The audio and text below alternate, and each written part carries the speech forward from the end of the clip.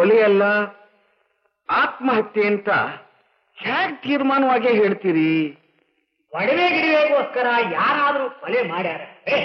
ಅವ್ರು ಹುಟ್ಟುಬಡಿ ಒಂದೊಬ್ಬತ್ತು ಊಟಕ್ಕೂ ಸಹ ಕಷ್ಟಪಡ್ತಾ ಇರೋ. ಇನ್ನು ದ್ವೇಷ ಅಸೂಯದಿಂದ ಯಾರಾದ್ರೂ ಮಾಡ್ಯಾರೆ? ಅವಳಿಗೆ ಬಂಧು ಇಲ್ಲ, ಬಳಗ ಇಲ್ಲ, ಯಾರ್ಯಾರು ಇಲ್ಲ, ಇರೋದು ತಂಗಿ ಮಾತ್ರ. ಸರಿ, ಇದು ಆತ್ಮಹತ್ಯೆ ಅಂತಲೇ ಇಟ್ಕೊಳ್ಳೋಣ. ಅದಕ್ಕೊಂದು ಕಾರಣ ಬೇಕೋ ಬೇಡವೋ? ಅದೇ ಯಾರಿಗೂ ಗೊತ್ತಾಗ್ತಾ ಇಲ್ವಲ್ಲ. ಅವನ್ ತಂಗಿನಾದ್ರೂ ಏನಾದ್ರೂ ಹೇಳ್ತಾಳೇನೋ ಅಂತ ಕೇಳಿದ್ರೆ ಅಕ್ಕ ಅಕ್ಕ ಅಂತ ಬರೀ ಅಳ್ತಾಳೆ ವಿನಃ ಬೇರೆ ಏನು ಹೇಳ್ತಾ ಇಲ್ಲ. ನನ್ ಕೇಳಿ, ಇದು ಕೊಲೆ ಕೊಲೆ ಹೇಗೆ ಅನ್ಸ್ಕೊಂಡ್ರು ಮೈ ಆ ಗುಡಿ ಹತ್ರ ಈಗಲೂ ಒಂದು ಪಿಶಾಚಿ ಇದ್ದೇ ಇದೆ. ಭವಾನಿ ವಯಸ್ಸಿಗೆ ಬಂದ ಹೆಣ್ಣು ಒಬ್ಳೆ ಒಂಟಿಯಾಗಿ ಆ ಕಡೆ ಬಂದವಳೆ. ಪಿಶಾಚಿ ನೋಡ್ತವಳ ಲಬಕ್ಕಂತ ಮುರಿತು ಬಾಯಿಗೆ ಲಬಕ್ಕಂತ ಹಾಕಿತು. ಬರ್ಕೊಂಡು ಮಾತಾಡ್ಬೇಡ್ರಿ, ದೇವರಿಗೆ ಕೂಡ ಜಮ ಇರ್ತೇನ್ರಿ. ಹತ್ರ ಇದ್ರೆ ತಾನೆ ಅದಕ್ಕೂ ಮುಕ್ತಿ ಸಿಕ್ಕ. ಅಮ್ಮ, ಭವಾನಿ ತುಂಬಾ ಒಳ್ಳೆ ಹುಡುಗಿ. ಅವಳನ್ನ ಒಳ್ಳೆ ಸ್ಥಳಕ್ಕೆ ಸೇರಿಸ್ಬೇಕು ಅಂತ ನಾನು ಎಷ್ಟೋ ಪ್ರಯತ್ನ ಪಟ್ಟೆ. ಪ್ರಯತ್ನ ನಂದಾಯ್ತು, ಮುಕ್ತಾಯ ನಿಂದಾಯ್ತು. ಪಾಪ ಆ ಹುಡುಗಿಗೆ ಮುಂದಿನ ಭವಿಷ್ಯ ಏನು ಅಂತ ತಿಳಿದೆ. ತನ್ನ ಕಥೆಯನ್ನು ತಾನೇ ಮುಗಿಸ್ಕೊಂಡ್ಬಿಟ್ಲು. ಅವಳ ತಂಗಿ ದೇವಿ, ನಿನಗೆ ಗೊತ್ತಲ್ಲ, ನಿನ್ನ ಮಗಳೇ. ಅವಳಿಗಾದ್ರೂ ಒಂದು ಒಳ್ಳೆ ದಾರಿ ತೋರ್ಸೋಣ ಅಂತ ನನ್ನ ಭಾವನೆ. ಅಂಬಾ, ಜಗದಾಂಬಾ, ಈ ಸಲನಾದ್ರೂ ಪ್ರಯತ್ನದ ಜೊತೆ ಮುಕ್ತಾಯನೂ ನನಗೆ ಬಿಟ್ಬಿಡು. ಗೊತ್ತಾಯ್ತಾ? ಗೊತ್ತಾಯ್ತು ತಾನೇ?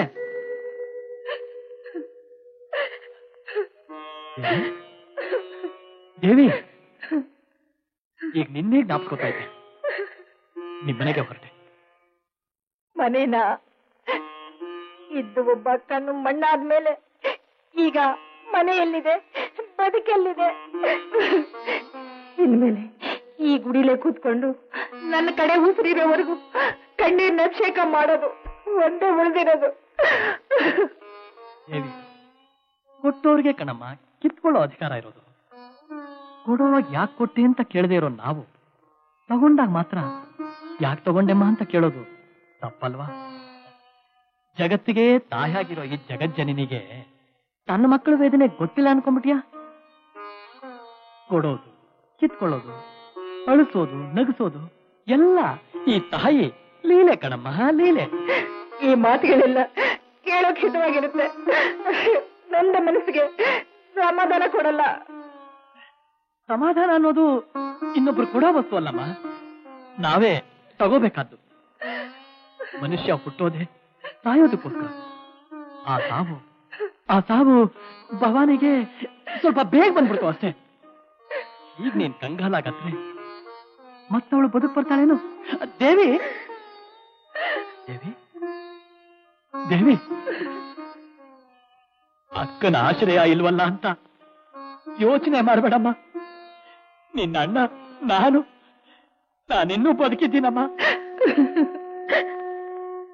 ನಿನಗೊಂದು ಒಳ್ಳೆ ದಾರಿ ತೋರಿಸೋದೆ ನನ್ನ ಬಾಳಿನ ಗುರಿನಮ್ಮ. ಆದದ್ದನ್ನೆಲ್ಲ ಮರೆತು ಆಗ್ಬೇಕಾದನ್ನ ಯೋಚನೆ ಮಾಡಮ್ಮ. ಯೋಚನೆ ಮಾಡೋಕೆ ಇನ್ನೇನು ಉಳಿದಿರೋದು? ನಿನ್ನ ಭವಿಷ್ಯ ಕಣಮ್ಮ. ಇಷ್ಟು ದಿನ ಅಕ್ಕ ತಂಗಿರೋ ಜೊತೆಲಿ ಇದ್ರಿ, ಈಗ ನೀನು ಒಂಟಿ ಆಗ್ಬಿಟ್ಟೆ.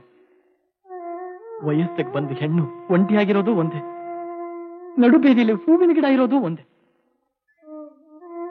ತೋಟಕ್ಕೆ ರಕ್ಷಣೆ ಬೇಲಿ, ಹೆಣ್ಣಿಗೆ ರಕ್ಷಣೆ ತಾಳಿ. ಅಕ್ಕನ ಸುಟ್ಟ ಬೆಂಕಿ ಆರಿದೆಯೋ ಹೊರತು ನನ್ನ ಹೃದಯ ಸುಡ್ತಿರೋ ಬೆಂಕಿ ಇನ್ನೂ ಆರ್ಲಿಲ್ವಲ್ಲ. ಮಡ್ಲಲ್ಲಿ ಬೆಂಕಿ ಕಟ್ಕೊಂಡಿರೋ ಹೆಣ್ಣು ಮತ್ತೊಂದು ಮನೆ ಬೆಳಕಾಗೋದು ಕಲ್ಪನೆಯಲ್ಲಿ ಕೂಡ ಸಾಧ್ಯ ಇಲ್ಲ. ಮನ್ಮಥನ್ನ ತೊಟ್ಟ ಮುಕ್ಕಣ್ಣನ ಕಿರಿಗಣ್ಣನ್ನೇ ಆರಿಸಿ ಅವನ್ನೇ ಅರ್ಧನಾರೀಶ್ವರನ್ನ ಮಾಡದ ಈ ಅನ್ನಪೂರ್ಣೇಶ್ವರಿಗೆ ನಿನ್ನ ಮಡಿಲಲ್ಲಿರೋ ಕಿಚ್ಚನ್ನ ಆರಿಸೋದು ಒಂದು ದೊಡ್ಡ ಕೆಲಸನೇ. ದೇವಿ, ನಿನ್ನ 7ನೇ ವಯಸ್ಸಿನಿಂದ ಈ ಗುಡಿಲಿ ಗುಡಿಸಿ, ಸಾರಿಸಿ, ರಂಗೋಲಿ ಇಟ್ಟು ಸೇವೆ ಸಲ್ಲಿಸ್ತಾ ಇದೆಯಾ.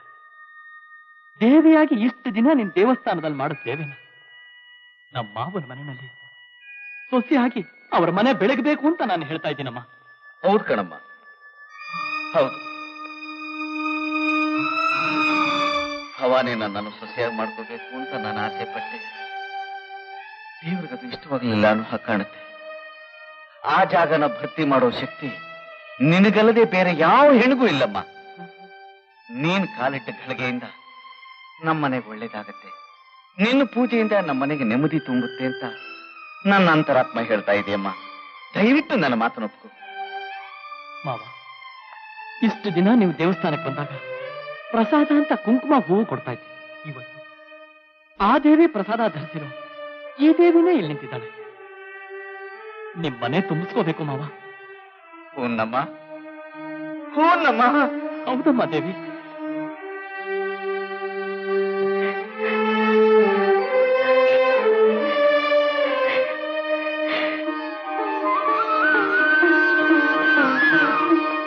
ಶತಮಾನಂ ಭವತಿ ಶತಾಯ ಪುರುಷ ಶತೇಂದ್ರಿಯ ಆಯುಷ್ಯೇವೇಂದ್ರಿಯೇ ಪ್ರತಿಷ್ಠತಿ. ಹಿರಣ್ಯಪಾತ್ರಂ ಮದೋ ಪೂರ್ಣಂ ದದಾತಿ ಮದವ್ಯೋಸಾನೀತಿ ಏಕದಾ ಬ್ರಹ್ಮಣ ಉಪಹರತಿ ಏಕದೈವ ಯಜಮಾನಾಯುಸ್ತೇಜೋ ದದಾತಿ.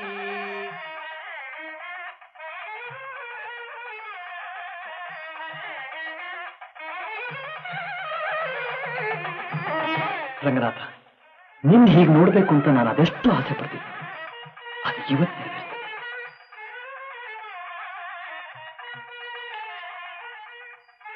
ಜೈ ಗಂಧ. ಪೂಜಾರಿ, ಆ ಮಂಗಳಾರತಿ ತಟ್ಟೆನಾ ಇಲ್ಲಿ ತಗೊಂಡ. ಇದು ಊಟದ ತಟ್ಟೆ ಅಲ್ಲ, ಮಂಗಳಾರತಿ ತಟ್ಟೆ. ಈ ತಟ್ಟೆ ಈ ಪ್ರಾಕಾರ ಬಿಟ್ಟು ಯಾವತ್ತೂ ಹೊರಗಡೆ ಹೋಗಿಲ್ಲ, ಹೋಗಲ್ಲ. ನಿನಗೆ ಒಳ್ಳೇದಾಗಬೇಕು ಅಂತ ಇದ್ರೆ ಇಲ್ಲೇ ಬಂದು ಮಂಗಳಾರತಿ ತಗೋ.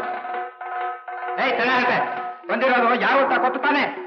ಗುಡಿ ಒಳಗಿರೋಳು ತಾಯಿ ಬನಶಂಕರ, ಹೊರಗಿನಿಂದ ಬರೋರೆಲ್ಲ ಅವಳ ಭಕ್ತರು. ನಮ್ ಗುರುಗಳು ಬರೀ ಭಕ್ತರಲ್ಲ, ಮಹಾಶಕ್ತರು.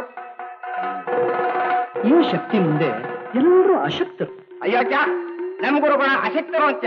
ಮಹಾಮಂತ್ರವಾದಿ ಮಲ್ಲೇಶ್ವರ, ತಂತ್ರ ನಿಪುಣ ನಂದೀಶ್ವರ, ಯಂತ್ರಶಕ್ತಿ ಸರ್ವೇಶ್ವರ ಅಂತ ಬಿಟ್ಟಿಟ್ಟಿರೋ ಮೃತ್ಯುಂಜಯ ಸ್ವಾಮಿಗಳು. ಓಹೋ, ಅವರೇ ಇಟ್ಕೊಂಡ್ರೋ ಬಿರುದುಗಳು? ಯಾರು ಕೊಟ್ಟಿದ್ದಲ್ಲ. ನನಗೆ ಬಿರುದು ಕೊಡೋ ಯೋಗ್ಯತೆ ಯಾರಿಗೆ? ತಟ್ಟೆನ ಗುರುಗಳ ಸನ್ನಿಧಿಗೆ ತರ್ತೀಯೋ ಇಲ್ವೋ? ನೋಡು, ಆಳಾಗ್ಲಿ ಅರಸಾಗ್ಲಿ ದೇವಿ ಸನ್ನಿಧಾನದಲ್ಲಿ ಎಲ್ಲರೂ ಒಂದೇ. ಈ ಮಂಗಳಾರತಿ ತಟ್ಟೆ ಈ ಗುಡಿ ಕಟ್ಟಿದಾಗಿನಿಂದ ಈ ಪ್ರಾಕಾರ ಬಿಟ್ಟು ಯಾವತ್ತೂ ಹೊರಗಡೆ ಹೋಗಿಲ್ಲ, ಹೋಗೋದು ಇಲ್ಲ, ತಿಳ್ಕೊ.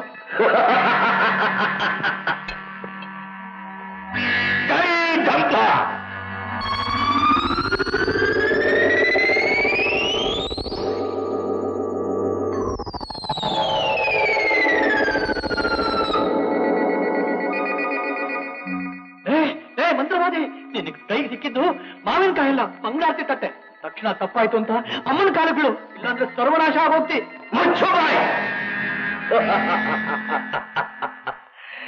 ನಾನು ಮೃತ್ಯುಂಜಯ, ನಾನು ಬಿಡುಬಿಡಿಕೆ ಆಡಿದ್ರೆ ಈ ದೇವಿ ಕುಣಿತಾಳೆ, ನಾನು ಕೂಗಿದ್ರೆ ಕತ್ತೆತ್ತು ನೋಡ್ತಾರೆ, ನಾನು ಹೇಳ್ದಾಗ ಕೇಳ್ತಾರೆ. ಸುಳ್ಳು ಅಂದ್ರೆ ಒಂದ್ ತೆಂಗಿನಕಾಯಿ ಹೊಡಿತೀನಿ, ನಿನ್ ತೊಡೆ ಕಣ್ಣಿನ ಬಿದ್ದು ಆಗೋಗ್ತೀಯ. ಕೃಷ್ಣ,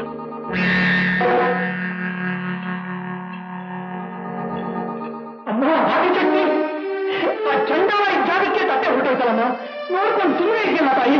ಅಮ್ಮ,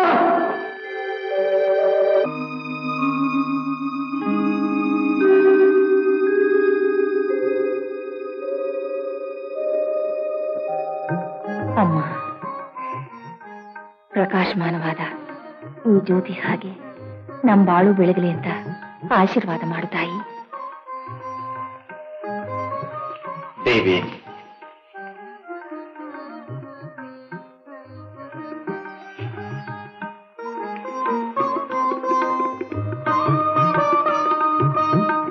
ನೀನು ಹಚ್ಚಿದ ಈ ದೀಪ ಆರದೇ ಇರೋ ನಂದ ದೀಪ ಆಗಲಿ.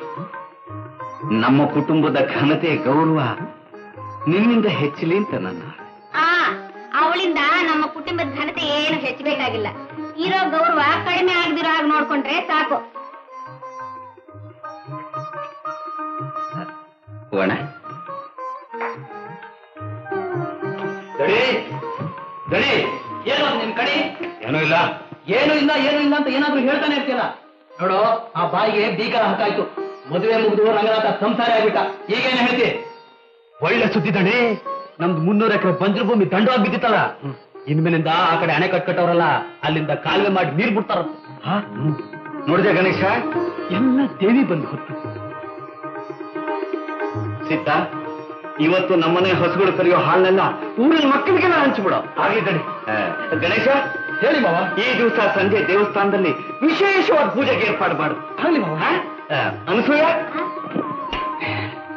ಇಷ್ಟು ದಿನ ಈ ಸಂಸಾರದ ಭಾರನ ಹೊತ್ತು ಹೊತ್ತು ಸುತ್ತಾಗ್ಬಿಟ್ಟಿದೆ. ಇನ್ಮೇಲೆ ವಿಶ್ರಾಂತಿ ತಗೋ. ಎಲ್ಲಿ ಬೀಕಾಯಿ ಕೊಡು. ಅನಸೂಯ, ಹೊಣೆನ ಯಾವಾಗ್ಲೂ ಒಬ್ರೇ ಹೊರೋದು ಯಾರಿಗೂ ಒಳ್ಳೇದಲ್ಲ. ಹೌದಮ್ಮ, ಅಪ್ಪ ಹೇಳಿದ್ದು ಮುತ್ತಿರಂತ ಮಾತು. ಕೊಡು ಬೀಗದ ಕೈನ.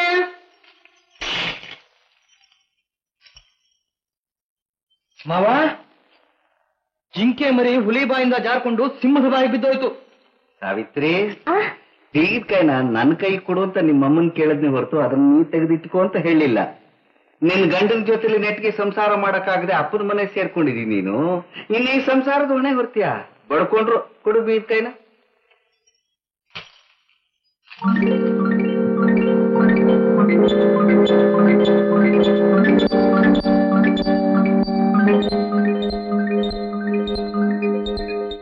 ದೇವಿ, ಈ ಜಮೀನ್ದಾರನ ಮನತನದ ಘನತೆ ಗೌರವ ನಿನಗೊಪ್ಪಿಸ್ತಾ ಇದ್ದೀನಮ್ಮ.